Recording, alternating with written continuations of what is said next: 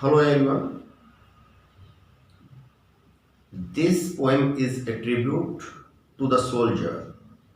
It is written by a marine, a soldier who sacrifices his own happiness for the safety and security of the people of his country.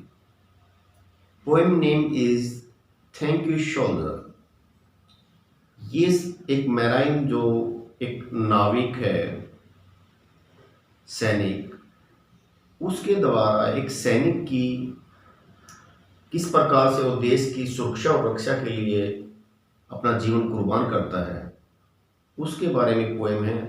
एक Christmas day से पहले वाले दिन Santa इसके घर पे आता है गिफ्ट देने के लिए। वो सेंटा के द्वारा इसका जो वर्णन किया गया है वो इस कविता में बताया गया है। देखिए, शुरू करते हैं। पास द नाइट बिफोर क्रिसमस, ये रात थी क्रिसमस से पहले की। Toss means TWAS। It was, toss means it was.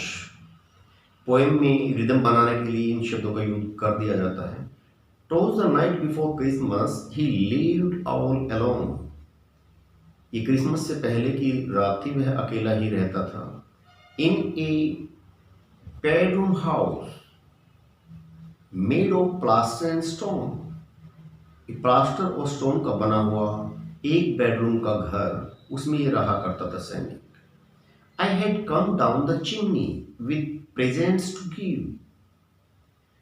इसमें जो सेंटा क्लॉज है वो कह रहा है कि मैं एक चिमनी के द्वारा उसके घर में प्रवेश किया मैंने, विद प्रेजेंट्स टू गिव, कुछ प्रेजेंट मेरे हाथ में थे जो उनको देने के लिए मैं उस घर में एंटर किया। And to see just who in this home did live, और तभी मैंने देखा कि इस घर में कौन रहता था। As I looked all about a strange sight I did see, जैसा कि मैंने चारों तरफ देखा तो मैंने एक स्ट्रेंज साइट, एक अद्भुत नज़ारा वहां पे दिखाई दिया। नो टिंसेल, कोई भी वहां पे जो रिबन सजावट के लिए लगा दिए जाते हैं और डेकोरेशन में कोई भी ऐसी चीज़ रिबन वगैरह चमकते हुए लगाना, मतलब कोई भी वहाँ पे टिंसल नहीं था। नो प्रेजेंट्स, कोई भी प्रेजेंट वहाँ नहीं था, उपहार। नोट इवन ए ट्री, और यहाँ तक कि जैसे क्रिसमस पे पेड़ को सजाया जाता है वो भी वहाँ नहीं था। नो स्टोकिंग, कोई जुराबें नहीं थी। बाय द मेंटल, मेंटल होता है जो उसकी वो भट्टी थी आग जलाने की, उसके ऊपर एक स्लेब था, उसके ऊपर कोई भी जुराब नहीं थी। Just boots filled with sand, केवल रेत से भरे हुए जूते वहां पे, बूट्स वहां पे रखे थे। On the wall hung pictures of far distant lands. On the wall, दीवार पर तस्वीरें लटकी हुई थी जो डिस्टेंट, एक दूर दराज की जमीन से लाकर वहां पे लटकाई हुई थी सैनिकों की। With medals and badges, awards of all kinds, वहाँ पे मेडल थे, बैजेस थे और हर किस्म के उसके अवार्ड जो सैनिक ने जीते हुए थे वो वहाँ पे थे। A sober thought came through my mind, एक गंभीर विचार मेरे दिमाग में आया। For this house was different, इस घर के बारे में कवि कह रहा है कि मेरा एक डिफरेंट विचार आया। कवि कौन था? वो जो सेंटा क्लॉज बन के आया था इसमें। For this house was different, इस घर के बारे में कि क्या अलग चीज थी।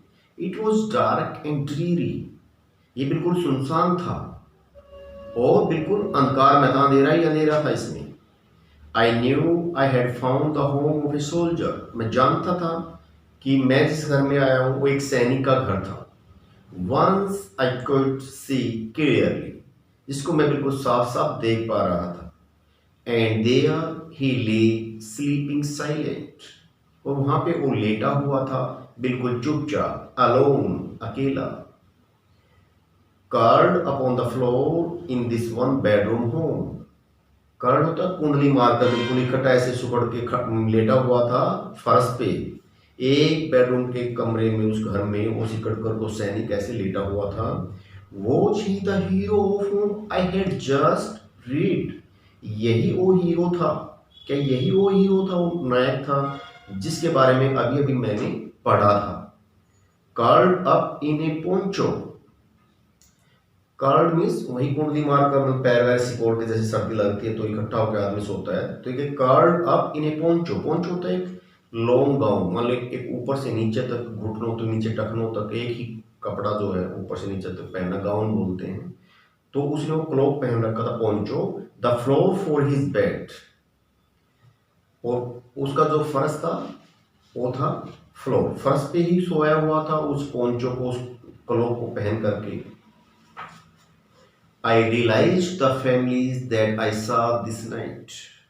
मैंने उन परिवारों को महसूस किया जिनको मैंने आज रात विजिट किया था। ओड होता है आभारी। All their lives to these soldiers who were willing to fight. मैं इन सैनिकों का बहुत आभारी हूँ जो हमारे देश की रक्षा के लिए, सुरक्षा के लिए लड़ते हैं, जिन्होंने लड़ाइयाँ लड़ी और जो लड़ते हैं, मैं इनका बहुत आभारी हूँ। They all enjoyed freedom each month of the year. अब इसमें पोएट कह रहा है, सेंटा क्लॉज, कि हमने जो भी हर महीने, पूरा साल में हर महीने जो हमने फ्रीडम को एंजॉय किया, वो इन्हीं की बदौलत थी, इन्हीं की वजह से। Because of the soldiers like the one laying here. क्योंकि हमने हर महीने को बड़ा एंजॉय किया, फ्रीडम महसूस की, आज़ादी की सांस ले रहे थे। ये जो सैनिक जो फर्श पे लेटा हुआ है, इन्हीं की वजह से। The soldier awakened and I heard A rough voice. इसमें सैनिक जगा और उसने एक रफ आवाज सुनाई दी। द सोल्जर अवेकेंड, सैनिक जग गया और उसने, सैनिक ने जो बोला, तो सेंटा क्लॉज कह रहा है, उसने बोला एक तो रफ आवाज मुझे सुनाई दी। कवि कह रहा है मुझे एक रफ आवाज वहां से सुनाई दी। सेंटा डोंट क्राई, क्या कहा उसने सैनिक ने? सेंटा डोंट क्राई, आप क्राई ना करें, चिल्लाए नहीं, बोले नहीं, आप परेशान ना हो। This life is my choice, ये तो मेरी खुद की चॉइस है, सैनिक ने बोला रफ वॉइस में। आई फाइट फॉर फ्रीडम, मैं फ्रीडम के लिए लड़ता हूँ। I don't ask for more, इससे ज्यादा मैं कुछ नहीं जानता हूँ, उससे ज्यादा मैं कुछ नहीं पूछता हूँ। My life is my God, मेरा जीवन ही मेरा भगवान है। माई कंट्री माई कॉज, और जो मेरा देश है वो मेरी सेवा है, वो मेरा फर्ज है, मैं फर्ज को अदा करता हूँ। The soldier rolled over and drifted to sleep. जो सोल्जर था फिर रोल्ड ओवर, इधर उधर ऐसे करवटे बदलते हैं, एंड ड्रिफ्टेड टू स्लीप, और फिर सो गए हो। आई कुडंट कंट्रोल इट, अब कभी कहता है मैं इसको कंट्रोल नहीं कर पाया, नहीं कर सका, नियंत्रण नहीं कर पाया अपनी भावनाओं पे, बातों पे। आई कंटिन्यू टू वीप, कभी कहता है मैं लगातार रोता रहा। कभी इसमें कौन है, मैं पहले ही बताया, मैराइन है जो एक नौसैनिक है जिसने कविता लिखी थी। तो उसकी बड़ी इच्छा थी कि ज़्यादा से ज़्यादा इस संदेश को, एक सैनिक के संदेश को ज़्यादा से ज़्यादा आदमियों तक शेयर किया जाए, फैलाया जाए। I didn't want to live in that cold, मैं नहीं चाहता था इतनी ठंड में वहाँ पे रुकना। डार्क नाइट, बहुत ही डार्क नाइट थी। This guardian of honour so willing to fight, ये जो गार्जियन ऑफ ऑनर, गार्जियन क्या होता है? वन हु प्रोटेक्ट, जो हमारी जो रक्षा करने वाला, चाहे हमारे पेरेंट्स हो, चाहे कोई भी हमारे जो देखभाल करने वाले होते हैं, रक्षा करने वाले, तो गार्जियन होते हैं। This guardian of honour so willing to fight, इस गार्जियन ऑफ ऑनर, इस सैनिक की लड़ने की इतनी इच्छा थी, हमारे देश को सुरक्षित रखने के लिए हर तरीके से बिल्कुल समर्पित था। Then the soldier rolled over with a voice soft and pure, तब वो सैनिक rolled over with a voice soft and pure, फिर उस सैनिक ने आवाज निकाली और बिल्कुल सॉफ्ट थी और प्योर थी उस सैनिक की आवाज। विस्पर्ड, क्या बोला? कैरी ऑन सेंटा, मिस करते जाइए जो आप कर रहे हैं, गिफ्ट देना और अच्छा जो काम कर रहे हैं, आप कैरी ऑन, आप चलते जाइए। इट इज क्रिसमस डे, ये क्रिसमस का डे है। ऑल इज सिक्योर, सब कुछ सुरक्षित है, क्रिसमस डे, और आप खुशी मनाइए, एंजॉय कीजिए। आप जो गिफ्ट दे रहे हैं, जो भी आप कर रहे हैं, बहुत अच्छा कर रहे हैं, करते रहिए, परेशान ना हो, हम देश की सुरक्षा में हैं। One look at my watch and I knew he was right. अब सेंटा कह रहा है मैंने अपनी घड़ी को देखा, टाइम बिल्कुल जो है अगला दिन जो क्रिसमस डे था, बिल्कुल शुरू हो चुका था and I knew he was right. कभी कह रहा है कि मैंने घड़ी को देखा और मैंने कहा कि तुम ठीक कह रहे हो। सैनिक ने जो कहा कि क्रिसमस डे है आज, तो घड़ी को देख के वो पहचान गया कि क्रिसमस डे शुरू हो जाता है। जैसे नया साल होता है रात के 12 बजे के बाद जैसे ही शुरू हो जाता है, इसी प्रकार वो क्रिसमस डे वहाँ पे शुरू हो गया था। सैनिक ने बड़ी सॉफ्ट और प्योर आवाज़ में इसको कहा, तो सेंटा क्लॉज भी समझ गया। जो सेंटा क्लॉज की ड्रेस पहन के आया हुआ था एक सैनिक मैराइन, उस रात में आया था सैनिक, जो क्रिसमस डे से पहले वाली रात में। अब रात के 12 बज गए तो अगला जैसे क्रिसमस डे शुरू हो गया, तो उसको भी जब उसने सैनिक ने देखा, मैराइन वाले ने, उस सेंटा क्लॉज जो बना हुआ था, कि भाई बिल्कुल आप ठीक कह रहे हो।